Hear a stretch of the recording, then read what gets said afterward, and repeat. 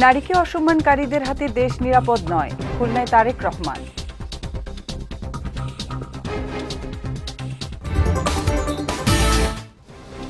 চট্টগ্রাম বন্দরে আন্দোলনকারীদের বিরুদ্ধে ব্যবস্থা নেওয়ার নির্দেশ দেওয়া হয়েছে, জানালেন নৌ উপদেষ্টা। এবং প্লট বরাদ্দের 2 মামলায় হাসিনার 10 ও টিউলিপের 4 বছরের কারাদণ্ড।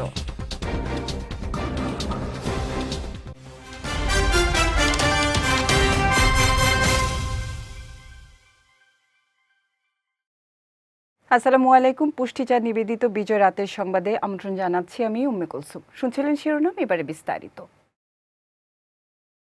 নারীদের অসম্মানকারীদের হাতে দেশ নিরাপদ নয় বলে মন্তব্য করেছেন বিএনপি চেয়ারম্যান তারেক রহমান। বলেন, যারা নারীদের অসম্মান করে, মিথ্যার আশ্রয় নেয় এবং জনগণের ভোটাধিকার হরণ করেছে, তারা কখনো দেশপ্রেমিক বা জনদরদি হতে পারে না। দুপুরে খুলনার প্রভাতী স্কুল মাঠে অনুষ্ঠিত বিএনপির নির্বাচনী জনসভায় তিনি একথা বলেন। নারী ক্ষমতায়নের ওপর গুরুত্ব দিয়ে তারেক রহমান বলেন, দেশে 20 কোটি জনসংখ্যার অর্ধেক হচ্ছে নারী। এই অর্ধেক জনসংখ্যাকে পেছনে রেখে দেশকে সামনে এগিয়ে নেওয়া সম্ভব নয়। জানান, বিএনপি সরকার গঠন করলে নারীদের ধীরে ধীরে স্বাবলম্বী করে তোলা হবে। এ সময় খুলনা, সাতক্ষীরা ও বাগেরহাট অঞ্চলের উন্নয়ন প্রসঙ্গে বিএনপি চেয়ারম্যান বলেন, একসময়ের শিল্পনগরী খুলনা আজ মৃতপ্রায়। বিএনপি সরকার গঠন করলে এই অঞ্চলকে আবার জীবন্ত শিল্পনগরীতে রূপান্তর করা হবে।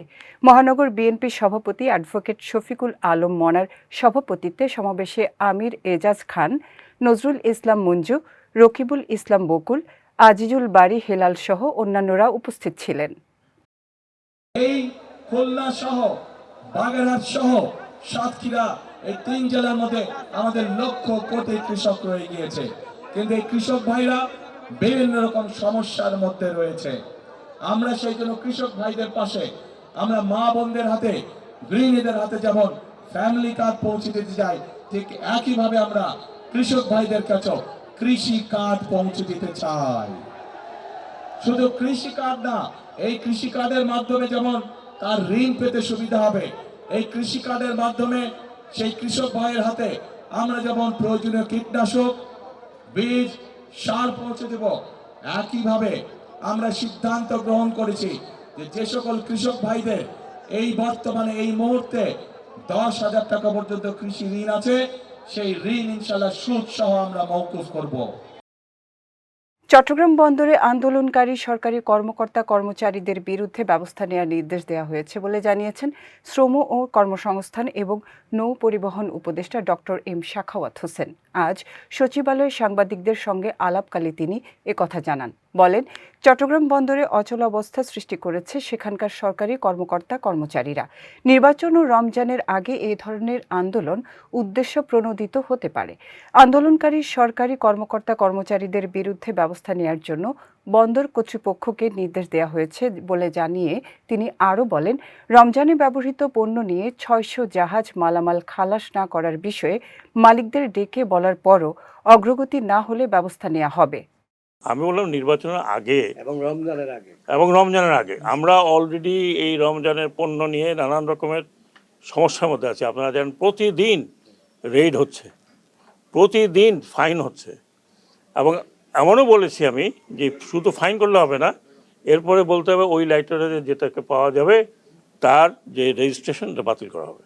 এই অচল অবস্থা আমি যেটা মনে করি একেবারে অহেতুক করছে। আমি পোর্টকে বলেছি যেটা তারা মনে করে পোর্ট অথরিটি যেটা তাদের জন্য ভালো হয় ওইটাই করবে। 5টা কোম্পানি আমি জানি, আমাকে নাম বলেছি, নাম আসুক, কারণ আপনি 600 ভেসেল আছে, অনেকবিধ কারণে থাকতে পারে, দেখে নেই।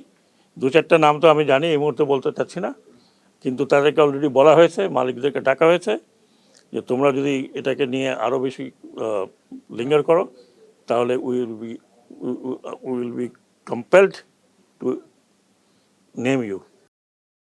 পেশাদারিত্বের সঙ্গে সাংবাদিকতা করলে দমন-পীড়ন করার ক্ষেত্রে যে কোনো সরকার 2 বার ভাববে বলে মন্তব্য করেছেন তথ্য ও সম্প্রচার মন্ত্রণালয়ের উপদেষ্টা সৈয়দা রিজওয়ানা হাসান। সোমবার জাতীয় প্রেস ক্লাবের টেনিস গ্রাউন্ডে জুলাই রেভলিউশনারি জার্নালিস্ট অ্যালায়েন্স আয়োজিত গণমাধ্যম উৎসবে তিনি এ মন্তব্য করেন। বলেন, সাংবাদিকতার প্রশ্নে সকলকে এক হতে হবে। উপদেষ্টা জানান, মন্ত্রণালয় 2টি আইনের খসড়া করে মতামতের জন্য ওয়েবসাইটে দিয়েছে। সবার মতামতের পর যুক্তিসঙ্গতভাবে তার পরিবর্তন করা হবে। এছাড়া শুধু একটা নির্বাচন দিয়ে গণতন্ত্র আসবে না উল্লেখ করে সাংবাদিকতা ও গণতন্ত্র রক্ষার অন্যতম একটি স্তম্ভ বলে মন্তব্য করেন উপদেষ্টা সৈয়দা রিজওয়ানা হাসান। যদি দেশে গণতন্ত্রকে সত্যি আমরা চাই, তাহলে শুধু একটা নির্বাচন দিয়ে কিন্তু গণতন্ত্র আসবে না। সেখানে সংবাদপত্রের একটা অনেক বড় ভূমিকা আছে। তারা তো গণতন্ত্র রক্ষার একটা স্তম্ভ, সাংবাদিকের একটা স্তম্ভ, সাংবাদিকতা একটা স্তম্ভ। আজকে যে এই যে নিরাপত্তা নিয়ে কথা হচ্ছে, এগুলো কিন্তু এই কারণে শুধু হয় নাই যে সরকার সবসময় দমনমূলক ছিল। এটা এই জন্য হয়েছে যে সরকারের সাথে থেকে থেকে তো বিগত সরকারের থেকে সুবিধাও নিয়েছেন। যারা সুবিধা নিতে পারেন নাই তারা দমনের মধ্যে পড়ছেন। এখন আমি ওই সময়ে সুবিধা নিয়েছি আর আমি এই সময়ে সুবিধা নেব, এর মধ্যে তফাৎ আছে কোনো? আমি তো ভাই কোনো তফাৎ দেখতে পাচ্ছি না। আমি ওই সময়েও সুবিধা নেইনি, এই সময়েও সুবিধা নিব না। আমি আমার সাংবাদিকতার কাজটা করব। এটা যদি আমরা করতে পারি একটা পেশাদার গোষ্ঠী হিসাবে, তাহলে আমাদেরকে দমন পীড়ন করার ক্ষেত্রে যে কোনো সরকার দুইবার ভাববে। রাজধানীর পূর্বাঞ্চল নতুন শহর প্রকল্পে সরকারি প্লট বরাদ্দে দুর্নীতির 2টি পৃথক মামলায় সাবেক প্রধানমন্ত্রী শেখ হাসিনাকে 10 বছরের কারাদণ্ড দিয়েছেন আদালত। একই সঙ্গে যুক্তরাজ্যের সংসদ সদস্য টিউলিপ রিজওয়ানা সিদ্দিককে 4 বছর এবং শেখ রেহানার সন্তান রাদওয়ান মুজিব সিদ্দিক ও আজমিনা সিদ্দিক রূপন্তীকে পৃথকভাবে 7 বছর করে কারাদণ্ড দেওয়া হয়েছে। প্রত্যেকের বিরুদ্ধে 1 লাখ টাকা করে অর্থদণ্ডও আরোপ করা হয়েছে। দুপুরে ঢাকার বিশেষ জজ 4 আদালতের বিচারক মোহাম্মদ রবিউল আলম এই রায় ঘোষণা করেন। একই রায়ে মামলার অন্যান্য আসামিদেরও অপরাধের মাত্রা অনুযায়ী বিভিন্ন মেয়াদে কারাদণ্ড ও অর্থদণ্ড দেয়া হয়। একই সঙ্গে মামলায় একমাত্র আত্মসমর্পণকারী রাজুকের সদস্য খুরশিদ আলমকে 1 বছর করে মোট 2 বছর কারাদণ্ডের আদেশ দেয়া হয়। এই 2টি মামলায় আজমিনা সিদ্দিককে 7 বছরের সশ্রম কারাদণ্ড, 1 লক্ষ টাকা জরিমানা, অনাদায়ে 6 মাসের কারাদণ্ড। এই মামলার অন্যান্য আসামিদের ক্ষেত্রে টিউলিপ রেজওয়ানা সিদ্দিককে 2 বছরের সশ্রম কারাদণ্ড, 1 বছরের 6 মাসের অনাদায়ে 6 মাসের 1 লক্ষ টাকা জরিমানা এবং অনাদায়ে 6 মাস, এবং অন্যান্য আসামিদের জন্য শেখ হাসিনা সহ 5 বছরের সশ্রম কারাদণ্ড, প্রত্যেককে 5 বছরের সশ্রম কারাদণ্ড, 1 লক্ষ টাকা জরিমানা, অনাদায়ে 6 মাসের কারাদণ্ড। এবং অন্য মামলা যেটায় প্রধান আসামি রাদওয়ান মুজিব সিদ্দিক ছিলেন, সেই মামলার রাদওয়ান মুজিব সিদ্দিককে 7 বছরের সশ্রম কারাদণ্ড, 1 লক্ষ টাকা জরিমানা, অনাদায়ে 6 মাসের কারাদণ্ড।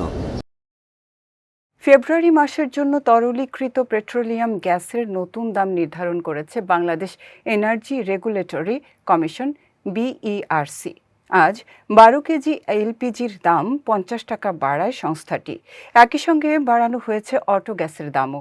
আজ বাংলাদেশ এনার্জি রেগুলেটরি কমিশনের চেয়ারম্যান জালাল আহমেদ এক সংবাদ সম্মেলনের মাধ্যমে এই নতুন দাম ঘোষণা করেন। তিনি জানান, ফেব্রুয়ারি মাসের জন্য 12 কেজি এলপিজির দাম 1306 টাকা থেকে 50 টাকা বাড়িয়ে 1356 টাকা নির্ধারণ করা হয়েছে। সন্ধ্যা 6টা থেকে নতুন এই দাম কার্যকর হয়েছে। এর আগে গত 4 জানুয়ারি সমন্বয় করা হয় এলপি গ্যাসের দাম। সে সময় 12 কেজি সিলিন্ডারের দাম 53 টাকা বাড়িয়ে 1306 টাকা নির্ধারণ করা হয়। এবার পুষ্টি চিনি গুঁড়া চাল নিবেদিত জেলা সংবাদ।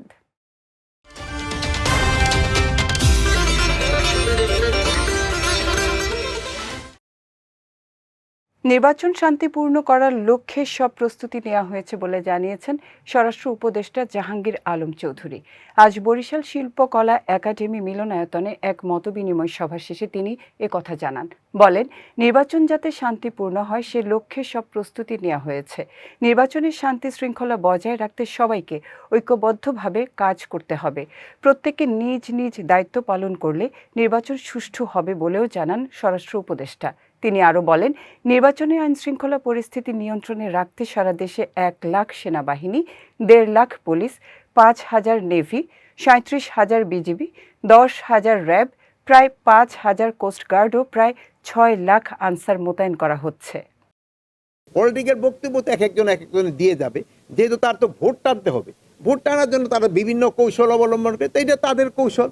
বাট আমরা আমাদের এই বাহিনী এবং আমাদের সরকারি কর্মচারী সবাই নিরপেক্ষভাবে কাজ করবে, এতে কোনো সন্দেহ নেই। এখানে আমরা দেখা গেছে এখানকার প্রস্তুতি তাদের বেশ ভালো এবং সবাই ভালোভাবে প্রস্তুত, এবং এই নির্বাচনটা যেন শান্তিপূর্ণ, সুষ্ঠু এবং উৎসবমুখর হয়, এই জন্য সবাই প্রস্তুত, এবং এখানে প্রস্তুতি খুবই ভালো।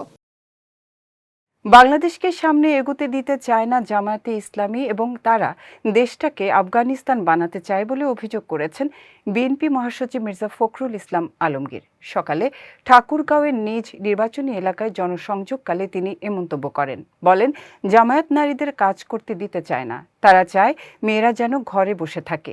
এ সময় জামায়াত আমিরের এক্সপোস্টের বিষয়ে তিনি বলেন, আমির যদি নারী বিদ্বেষী এমন মন্তব্য করে থাকেন তবে তিনি অন্যায় করেছেন। এ সময় বিএনপি মহাসচিব অভিযোগ করেন, জামায়াত হিন্দু সম্প্রদায়কে হুমকি দিচ্ছে, তবে তিনি সবাইকে নির্ভয় ও সাহসের সঙ্গে চলার আহ্বান জানান। কোন সরকার কাজ না করলে কাউকে টাকা দিবে হবে নাকি? এরা জামাত ইসলাম এই দেশ থেকে আফগানিস্তানে পরিণত দিকে নিয়ে যেতে চায়। জামাত ইসলাম একটা দল, যে দলটা আমাদেরকে সামনের দিকে যেতে বাধা দেয়। আমরা পিছনে যেতে চাই না, আমরা সামনে যেতে চাই। মেয়ে পুরুষ সমান অধিকার নিয়ে এখানে এই দেশে বাংলাদেশে বাস করবে। বাংলাদেশের মানুষ এবার আর কোনো অতিথি পাখি ও ঋণ খেলাপিদের ভোট দেবে না বলে মন্তব্য করেছেন জাতীয় নাগরিক পার্টির মুখপাত্র আসিফ মাহমুদ সজীব ভুঁইয়া। দুপুরে দিনাজপুরের পার্বতীপুর কেন্দ্রীয় শহীদ মিনারে ত্রয়োদশ জাতীয় সংসদ নির্বাচন উপলক্ষে নির্বাচনী পথসভায় প্রধান অতিথির বক্তব্যে তিনি এ মন্তব্য করেন। বলেন, যদি নির্বাচন কমিশন নিরপেক্ষ থাকত, যদি ব্যাংক লুটেরা ও বিদেশি নাগরিকদের প্রার্থিতা বাতিল করত, তাহলে আমরা ইতোমধ্যে 20টি আসনে জয়লাভ করতাম। এ সময় দিনাজপুর 5 আসনে 11 দলীয় জোটের প্রার্থী ডাক্তার আব্দুল আহাদকে বিজয়ী করতে শাপলাকলি মার্কায় ভোট প্রার্থনা করেন এনসিপির মুখপাত্র আসিফ মাহমুদ সজীব ভুঁইয়া।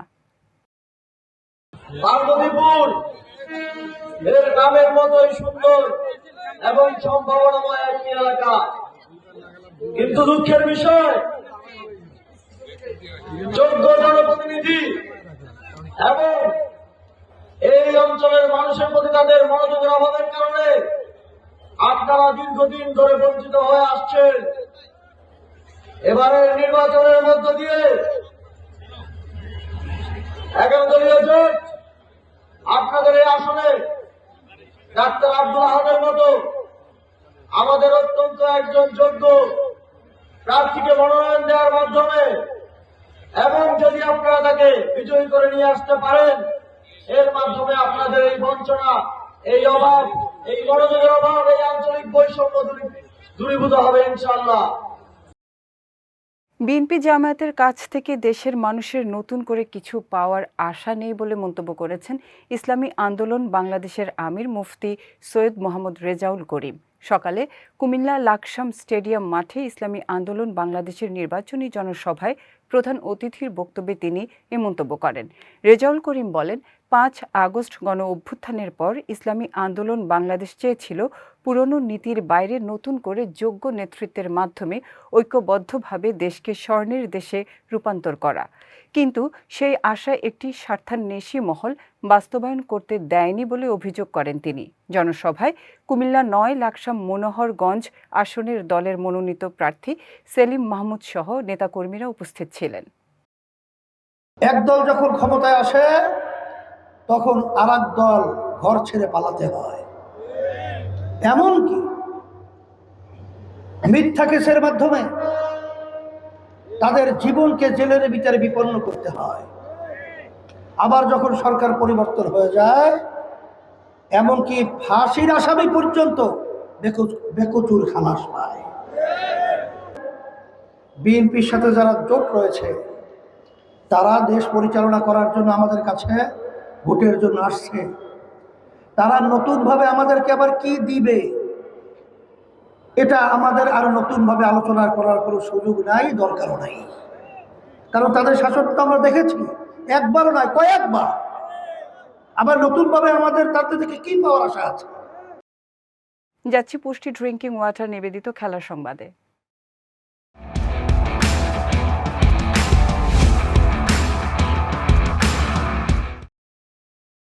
টি-20 বিশ্বকাপ বয়কটের ইঙ্গিত দিলেও শেষ পর্যন্ত সেই অবস্থান থেকে সরে এসেছে পাকিস্তান ক্রিকেট বোর্ড।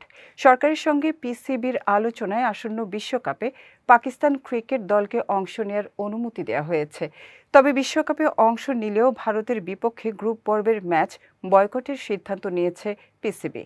রোববার এক বিবৃতিতে পাকিস্তান সরকার জানায়, বাংলাদেশকে নিয়ে আইসিসির কথিত বৈষম্যমূলক আচরণের প্রতিবাদ হিসেবে তারা ভারতের বিপক্ষে ম্যাচটি বয়কট করবে। এদিকে পাকিস্তান সরকারের এ সিদ্ধান্তের প্রতিক্রিয়ায় আইসিসি জানিয়েছে, তারা যে কোনো রাষ্ট্রের নীতি ও সিদ্ধান্তকে সম্মান জানায়। তবে ভারত ম্যাচ বয়কটের মতো পদক্ষেপ কেবল বিশ্ব ক্রিকেটের জন্যই ক্ষতিকর হবে না, বরং পাকিস্তান সহ বিশ্বজুড়ে কোটি কোটি ক্রিকেট প্রেমীর মনে গভীর হতাশা তৈরি করবে।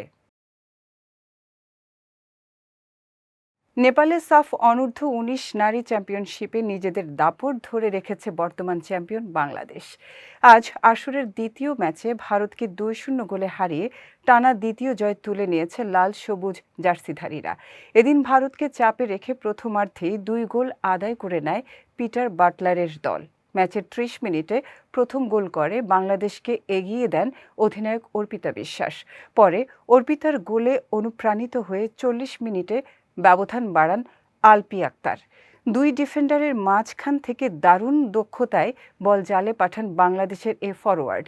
এতে 2-0 গোলের জয় নিয়ে ফাইনালের টিকিট নিশ্চিত করে বাংলাদেশ।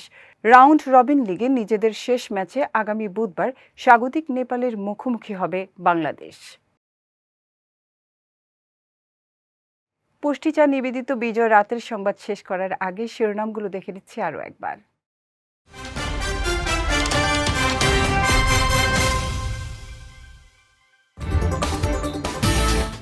নারীকে অসম্মানকারীদের হাতে দেশ নিরাপদ নয়, খুলনায় তারেক রহমান।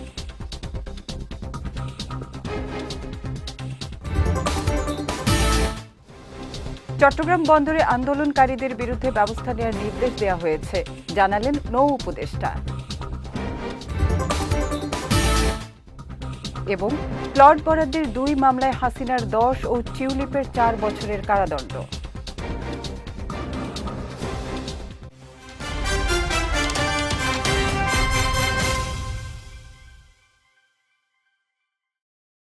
বিজয় রাতের সংবাদ শেষে আজকের মতো আমি উম্মে কুলসুম আপনাদের কাছ থেকে বিদায় নিচ্ছি। আগামীকাল একই সময়ে নতুন সব খবর দেখতে চোখ রাখুন বিজয় টিভিতে। এছাড়াও আজকের বিজয় রাতের সংবাদের ভিডিও দেখতে পারেন আমাদের ইউটিউব এবং ফেসবুক পেজে। আমাদের ইউটিউব হলো youtube.com/BijayTVOfficial এবং আমাদের ফেসবুক পেজ হলো facebook.com/BijayTVLimited। এতক্ষণ সঙ্গে থাকার জন্য ধন্যবাদ সবাইকে।